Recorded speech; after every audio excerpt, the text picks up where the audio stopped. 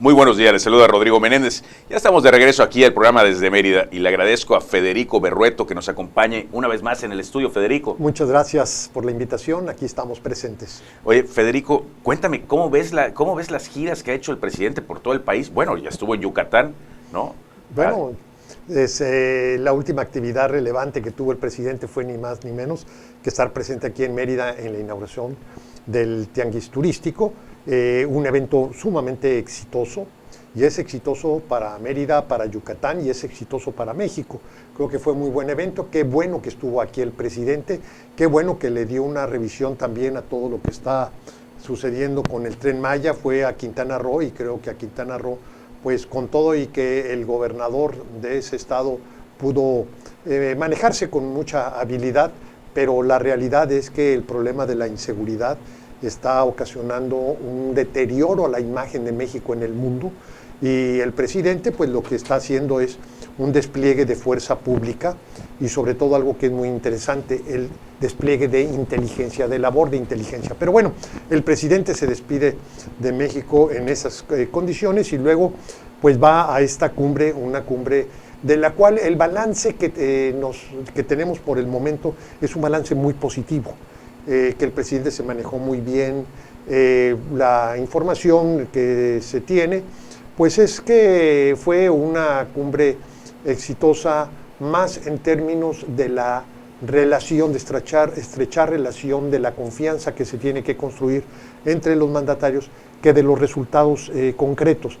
Mira, te voy a decir una cosa, todas las giras internacionales de los presidentes de México, todas, son de éxito. Los mexicanos nos sentimos muy motivados cuando vemos a nuestro presidente, aunque tengamos algunas diferencias, pero verlo, sentimos que es México el que está en el mundo, y hay una natural simpatía y apoyo al presidente, al que sea, y cuando hay un buen despliegue informativo, imágenes, etcétera, pues es inevitable que la impresión que tengamos, como se da, quiero pensar que en cualquier país del mundo, es que fue un evento muy exitoso. En realidad, una cosa es la apariencia y otra cosa es la sustancia. Y la sustancia está más en la discreción. No sabemos, porque no se debe saber, cuáles fueron los temas verdaderamente críticos o de peso, porque estos normalmente se manejan en la confidencialidad.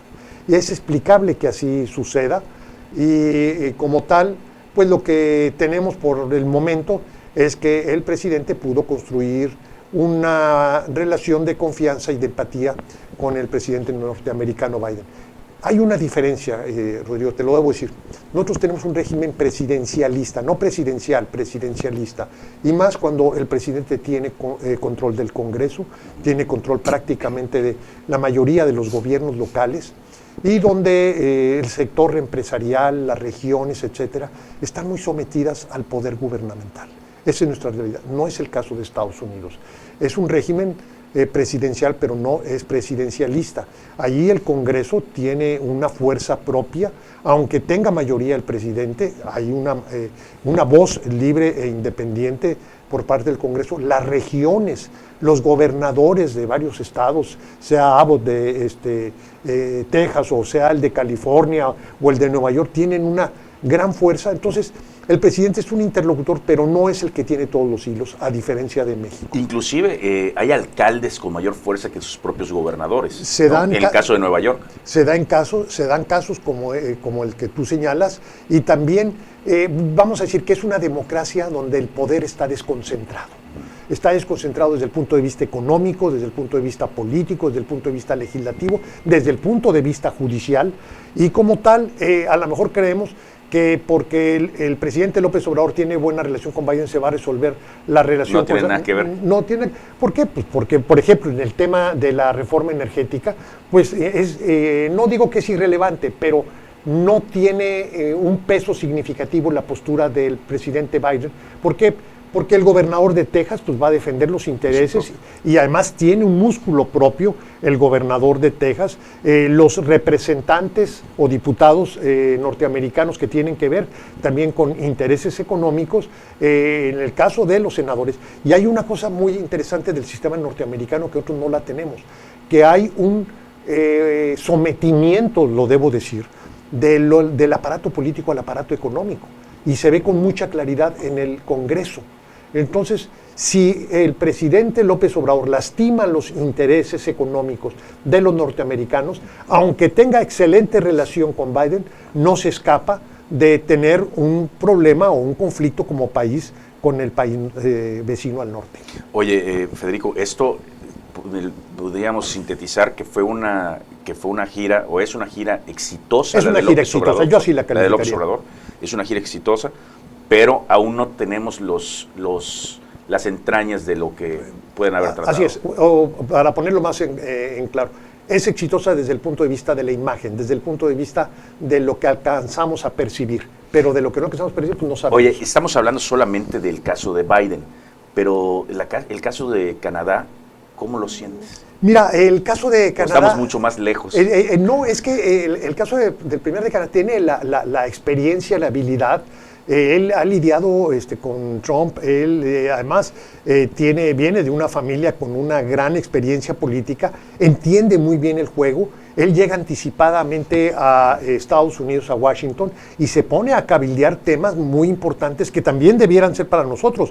Por ejemplo, el tema de los subsidios que está dando el gobierno norteamericano para las armadoras que están construyendo vehículos verdes. Uh-huh. Y esto nos afecta brutalmente a México. A las armadoras, claro. México tiene un potencial de exportación brutal en materia de automotriz. Entonces, lo que haga ya afecta a lo que es la industria automotriz en México, como también la industria automotriz en Canadá. Y lo que vemos es cómo el premier de Canadá, o el gobernante de Canadá, está muy en activo defendiendo los intereses de su país en temas muy, muy concretos. Creo yo que el presidente se quedó en la retórica, el tema por ejemplo, apoyar a Biden en la reforma migratoria. Pues sí, es un tema que vale, pero no es un tema relevante para muchos de los problemas que estamos teniendo aquí en México, de los reales e inmediatos de los mexicanos. Bueno, así la gira del presidente López Obrador por Estados Unidos, y viniendo más para México, te preguntaría, ¿cómo ves el caso del INE? ¿Ya es parte de un conflicto o es parte... ya la volvieron parte de un conflicto? Mira, yo creo que hay dos cosas. Primero, definitivamente el presidente, y cuando digo el presidente es el conjunto, o sea, se vuelve el Congreso, se vuelve su partido, etcétera, tiene una guerra declarada al INE. Es muy lamentable que esto se haya presentado, porque finalmente el INE es un órgano que debe garantizar el orden, la organización, la imparcialidad en las elecciones. Y esta guerra declarada del presidente, que es una de sus fijaciones de la elección de 2006, donde él sintió que el IFE de aquel entonces pues fue partícipe o cómplice de lo que él percibe como el despojo de su triunfo. Entonces, él sigue teniendo esa obsesión, el presidente. Entonces, el presidente ya le declaró la guerra al INE. El problema y lo hacen parte. Que el INE ya se volvió parte. En vez de ser árbitro, ahora es visto como una parte interesada, aunque no lo sea, pero sí se le ve. ¿El INE solito se volvió parte o lo obligaron a ser parte? Yo creo que era inevitable, porque de una u otra forma, sobre todo el señalamiento tan frontal del presidente a los integrantes del Consejo General del INE, y además sin ninguna reserva por parte del presidente, obligó al INE a una forma de autodefensa. Pero al momento tú que te estás defendiendo, inevitablemente te vuelves parte. Yo tengo un gran respeto por el Consejo General del INE en su conjunto. Incluso hay un consejero de aquí, de Uquib Espadas, que es de lo mejor que hay en el Consejo. También está, desde luego, Lorenzo. Podríamos mencionarlos prácticamente a todos y de todos hacer una buena referencia. Pero lo que quiero decir con esto es que esta situación es muy preocupante, porque primero el INE va a tener que organizar un proceso de consulta para la revocación de mandato, pero sin recursos.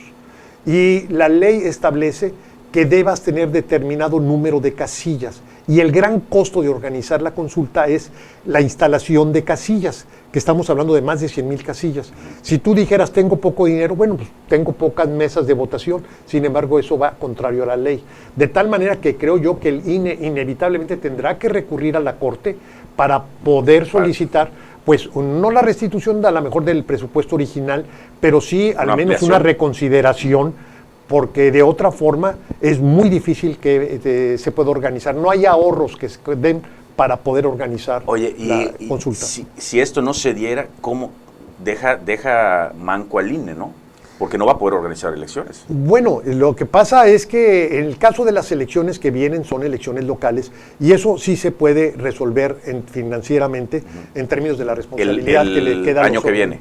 El año que viene, efectivamente, ¿no? No, el tema fundamentalmente ahorita, la preocupación es la consulta y bueno, creo que aquí en este caso el INE, y ya de algo eso mencionó Lorenzo Córdoba en la sesión pasada del Consejo, es que van a tener que hacer un redimensionamiento del presupuesto, del gasto, hacer un gran esfuerzo para aportar, por decir, el 40-50% de lo requerido, y creo que es inevitable que haya una reconsideración para aportar otro tanto del presupuesto federal. Esto pone, como bien dices, al INE en un brete, pero que el mismo gobierno lo mete. Sí, exactamente. Digamos que el gobierno lo orilla. Es una determinación del gobierno, el desgastar, el desprestigiar al INE, como lo ha hecho con todos, no con todos, pero porque con buena estamos parte platicando, el gobierno tiene claro que sí puede hacer o que no puede hacer, así ¿no? Así es. Sí, pero eso es un golpe calculado, diseñado, y va con mucho en términos del deterioro del árbitro electoral, que una vez que tienes tú esta circunstancia y el árbitro se vuelve parte derivado de esta circunstancia, entonces adquiere relieve el Tribunal Electoral, el Tribunal Federal Electoral. Que acabaría siendo el árbitro. Acabaría siendo el árbitro. Si es que lo desprestigian también. Pues, pero fíjate que tiene una buena evolución reciente el tribunal, a raíz de la defenestración del anterior presidente, del magistrado Billetes, le decían, Vargas, una persona sumamente cuestionada, desprestigiada, pero como que se generó un nuevo consenso en la mayoría de los magistrados y a partir de ahí se empezaron a presentar resoluciones, acuerdos, decisiones votadas precisamente por el Pleno de la Sala Superior, donde se ve que se recupera una suerte de sentido de legalidad. Este nuevo presidente del tribunal es completamente distinto, tiene una Reyes mejor Fuentes imagen. Efectivamente ya había estado en su momento y sí se ve que hay un movimiento dentro de los magistrados para recuperar el sentido de legalidad. No traen pleito contra Andrés Manuel, ni contra Morena, ni contra ningún partido, sino más que todo de lo que se trata es que es lo mismo que está sucediendo en la Suprema Corte de Justicia de la Nación. Hay quien quiere ver a la Suprema Corte como un contrapeso al Ejecutivo. Y no debe ser. Claro. No debe ser. Ni es ni debe ser. Y no debe ser porque la función de la Corte es garantizar la constitucionalidad de los actos de autoridad. La seguridad nada más. jurídica. Ahora, que muchas veces eso te lleva a un enfrentamiento con autoridad. Y es parte del reclamo que tiene el presidente con la Corte, porque hay fallos o resoluciones de la Corte que no le han gustado al presidente, como tampoco le gustaron a Calderón, como tampoco le gustaban a Peña. Lo que sucede es que Andrés Manuel tiene, digamos, una postura, como dice, mi pecho no es bodega, y él es muy explícito en sus reuniones mañaneras, y además, algo que tiene que es muy, muy malo. Mira, no es malo, más bien, no es reprobable que un presidente reclame a otro poder por sus decisiones, es parte del juego democrático. No, lo que sí es inaceptable es que se vuelva un tema personal. O sea, que el presidente diga, tiene que ser el presidente actual porque Arturo Saldívar, porque los demás son la expresión de la corrupción. Pues sí, es un juicio personal y es muy ofensivo, además, evidentemente falso. No, pero además lo dice y lo está diciendo el presidente. Entonces, sí creo yo ahí que en esos términos ha hecho falta un sentido más de la política. Y no digo la política del engaño, no, las buenas formas y el respeto que debe haber. Oye, se nos está acabando el tiempo porque yo quiero preguntarte algo en lo que nos resta. ¿Habrá, después de este presidente tan mediático, que sale todos los días a dar una mañanera y tal, habrá, con el cambio del siguiente presidente, que no va a ser mañaneras y todo. ¿Habrá un vacío de información o cómo funcionará eso, ¿no? Bueno, la próxima presidenta o el próximo presidente definitivamente va a tener que, primero, muchas cosas tienen que corregirse o modificar, pero no para regresar al viejo esquema, sino para construir, por ejemplo, el tema de las comparecencias mañaneras. Si se volvieran temas de estricta información hacia la sociedad, sería un extraordinario ejercicio. Que no tiene que ser el presidente. Que no lo tiene que ser el presidente. O el presidente puede participar de ello. De hecho, el presidente gradualmente ha ido evolucionando a eso. Lo que pasa es que le gana el militante y él mismo se encarga de subvertir el sentido de las mañaneras. Pero sí, cuando un secretario de Estado informa de qué es lo que se está haciendo, etcétera, bueno, es un formato adecuado o válido. A lo mejor no es muy entretenido porque a la gente prefiere a un presidente fajador, ¿no? Bueno, pues le agradezco mucho a Federico Berrueto que nos haya acompañado el día de hoy aquí desde Mérida. Federico. Un placer, como siempre, estar aquí. Nos vamos a un corte y le agradezco. Nos escuchamos la próxima semana aquí desde Mérida.